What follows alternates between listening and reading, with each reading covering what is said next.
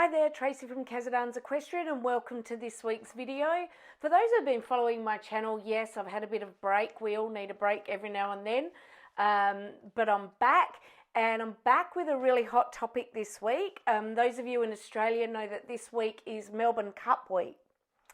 Today I'm going to have a look at the question, is horse racing cruel?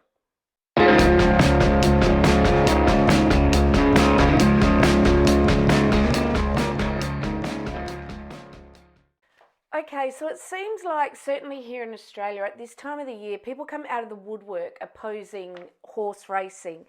And as a person who's clearly very passionate about horse wellness, health and well-being, I really want to address this topic of whether or not horse racing is cruel.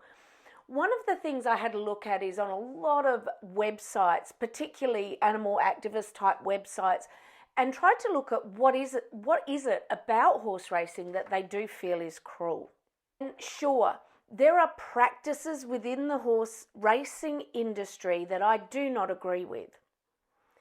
But there are also practices within the Western riding community that I do not agree with. There are also questionable approaches within English riding disciplines, let alone the pleasure and trail riding industry. So as far as I'm concerned, what I am against is poor health, well-being and welfare for all horses, not a particular industry. What are the positives about racing? Well, as much as we don't like to utilise animals for money, horse racing industry creates billions of dollars for our Australian economy and probably a lot of economies worldwide. Why is this important? Not just the money, but the people who contribute to research in horse health is predominantly the racing industry. People who drive change for horses are also predominantly from the racing industry. Why is that? Because they can afford to do that a lot more than us normal horse riders can. Now, this is a positive, and they should have their back patted for this and not constantly beaten down as well. A few years ago, a study showed that the horse industry created about 64,000 full-time jobs nationally. Again, this shouldn't be sneezed at. What parts of the horse racing do people find cruel? And let's have a look at those. Okay, number one is probably the use of whips. No, it's not probably number one. I'll get to that one. The first one I'm going to address is the use of whips. You know what? I don't think we need to use whips.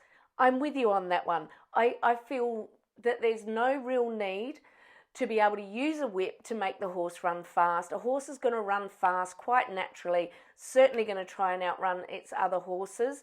I think it's time for the industry to have a bit of a look at that one.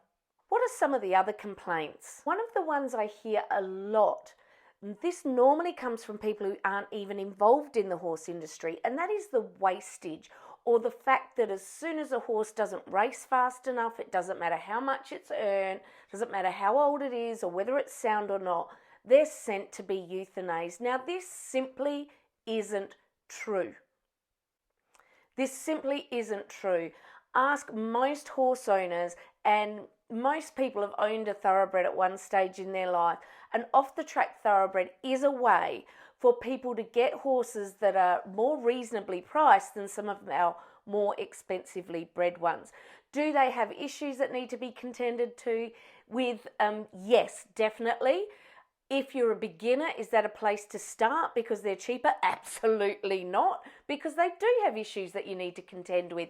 And sometimes there's soundness things that you need to be aware of. Absolutely. But not all, many of the horses that do not make it on the racetrack are actually used either for breeding or being ridden in other programs. And in fact, in a lot of other equestrian areas, you'll have off-the-track series and so forth, so that these horses are even competing against themselves as opposed to some of the more purpose-bred horses. And this is creating quite a good environment for some of these retired racehorses. One of the really important things here is that we're working towards a national traceability register, and I really think this is going to be critical to the wastage in the horse industry. If we can trace the horse's life from beginning to end and where it is, at the very least we can make proper calls about the percentages of horses that maybe go for euthanasia that shouldn't or not. At the moment, we are all guessing. All I know is that there are a lot of young girls, a lot of eventing riders who simply couldn't even afford to be in the sport if they had to pay for a purpose-bred horse. And these off-the-track thoroughbreds in these instances are often in the most wonderful of homes, so they are not all euthanized when they're too slow. One of the other issues that people have with horse racing is the housing of the horses.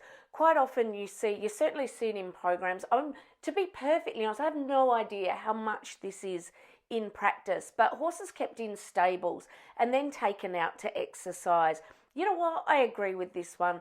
I'm really not a fan of horses being kept in stables at all anywhere because they are evolved to roam and move.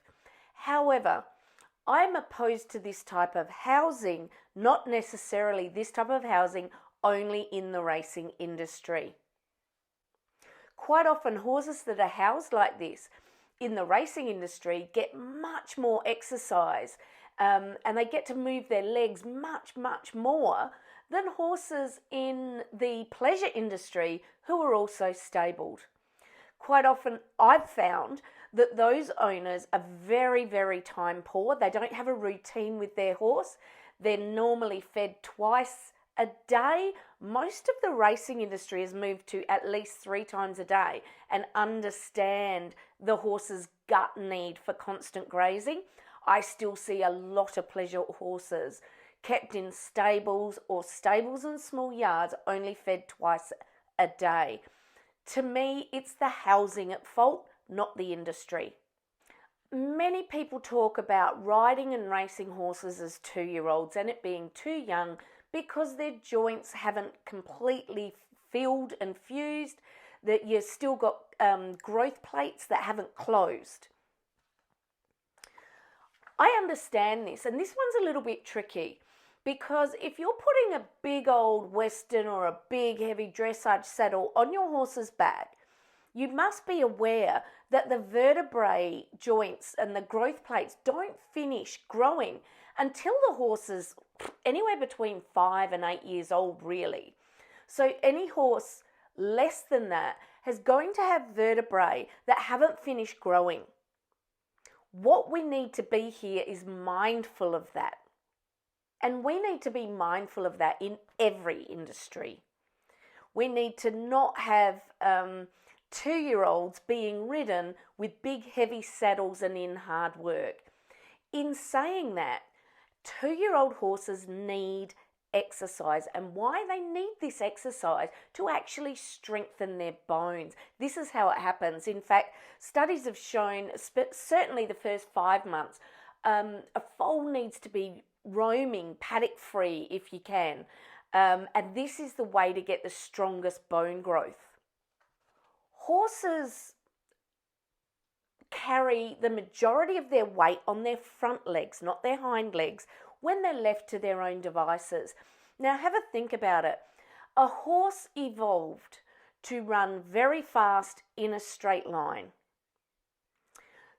And what we do in the racing community is put these tiny weeny little saddle things that are hardly even on there. A jockey sits up, does not interfere with the movement, does not sit on the horse's back, and sits predominantly over the horse's centre of gravity, which is over their front legs.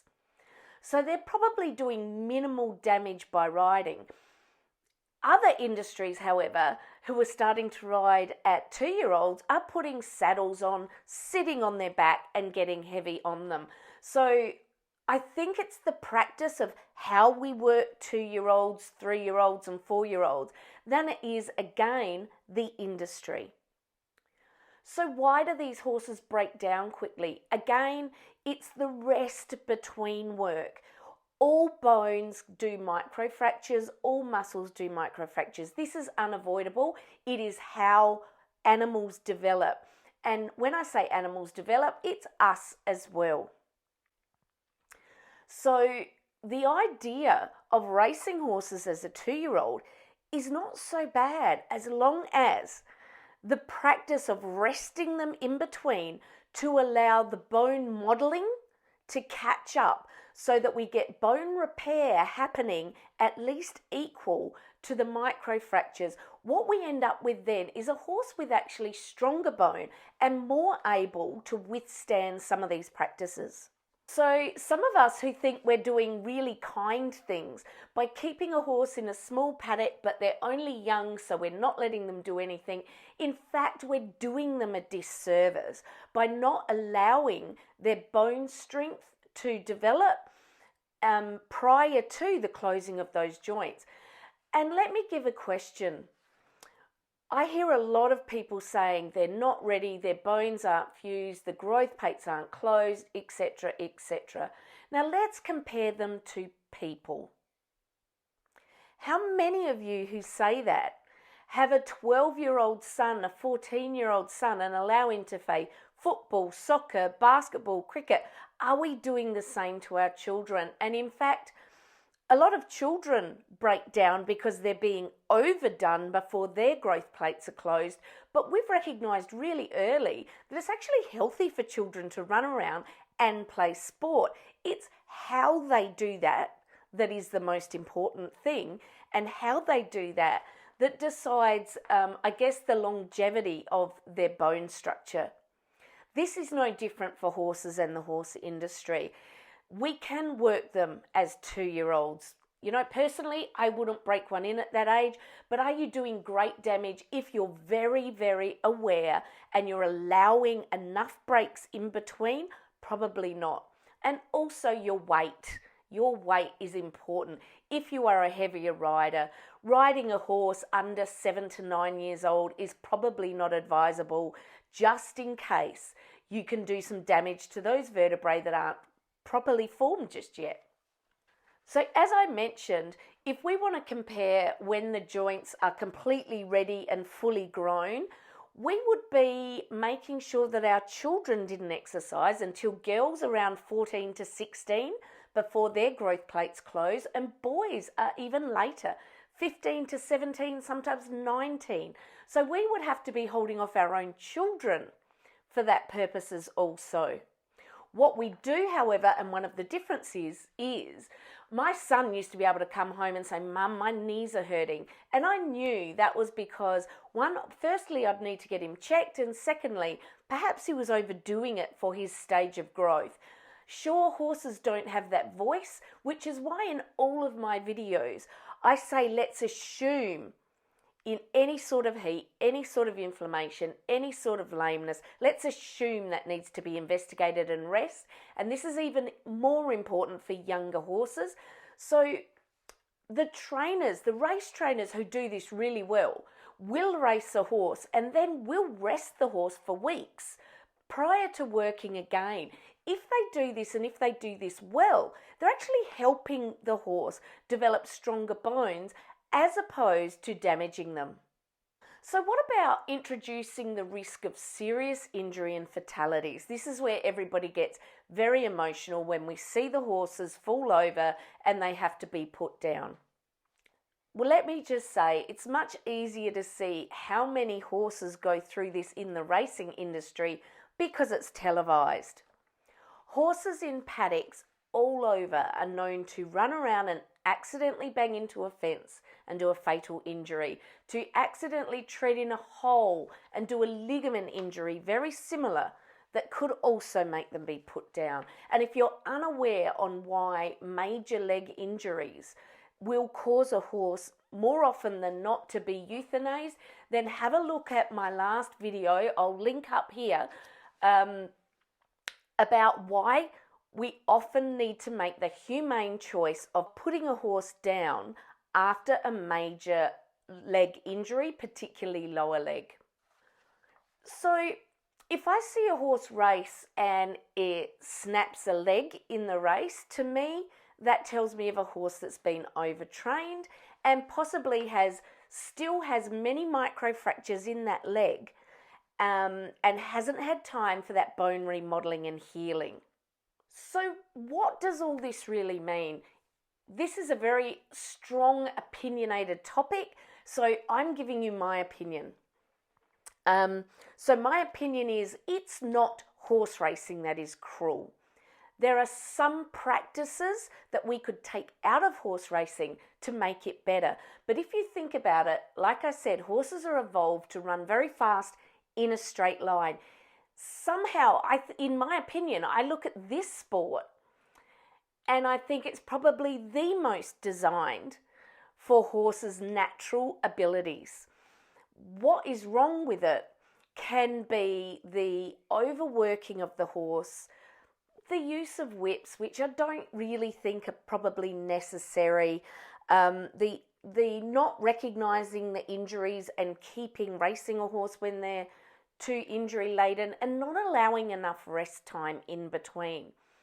But when you think about what a horse has evolved to do, then if you have a look at some of our other industries and other sports, you'll see that working your horse in circles is certainly not what it's been designed to do.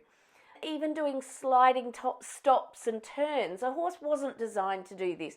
They were designed to run fast in predominantly a straight line, which is why the racetracks are shaped the way they are.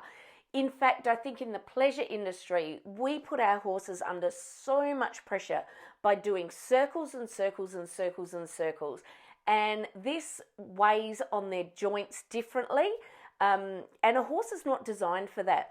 I also have a look at Pony Club and how many Pony Club riders are riding with this hollow back and the head in the air and the legs trailing out behind. And if you don't understand again why that's important, go back and look at some of my other videos. But horse biomechanics tell you that a horse was not designed to carry a rider. So how we do this and how we strengthen their back and how we ride correctly is how we reduce our cruelty in riding a horse.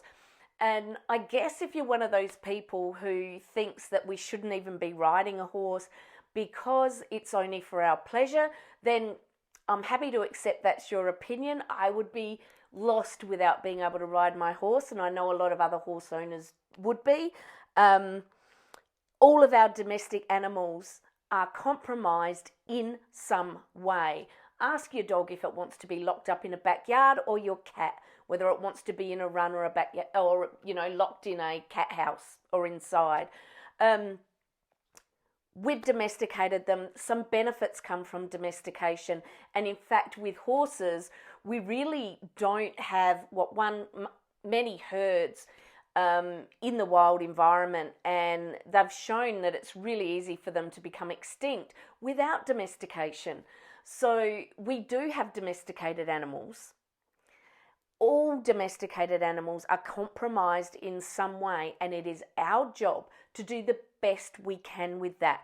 So my question to you is, shouldn't we be aiming our arguments at people and processes that do not put our horses' health and well-being up front, as opposed to a single industry? Because much like not blaming the dog or the breed of dog and not the owner, let's not blame an industry, because before you know it, we'll start to ban every single horse industry that is around, because it is a fact that horses weren't designed to carry a rider. So what we need to be focusing on is our husbandry practices and our welfare and health issues. Every horse, regardless of whether it's in a racing environment, the owner is a teenage girl who can't really afford it, is part of a breeding program in a very advanced and exclusive warm blood breeding, or Western rider breeders for particular events. It doesn't matter what the industry is. We need to focus on health, well-being and welfare for all of our horses. Let's blame the bad industry habits, not the bad industry. Thanks for listening. If you're new to this channel, please don't forget, subscribe. Share this video around if you enjoyed it. Even if you didn't, I'd love to get lots of comments on this one. And don't forget to subscribe and hit that notification bell just so that you get notified whenever I release a new video. And I'll see you next video.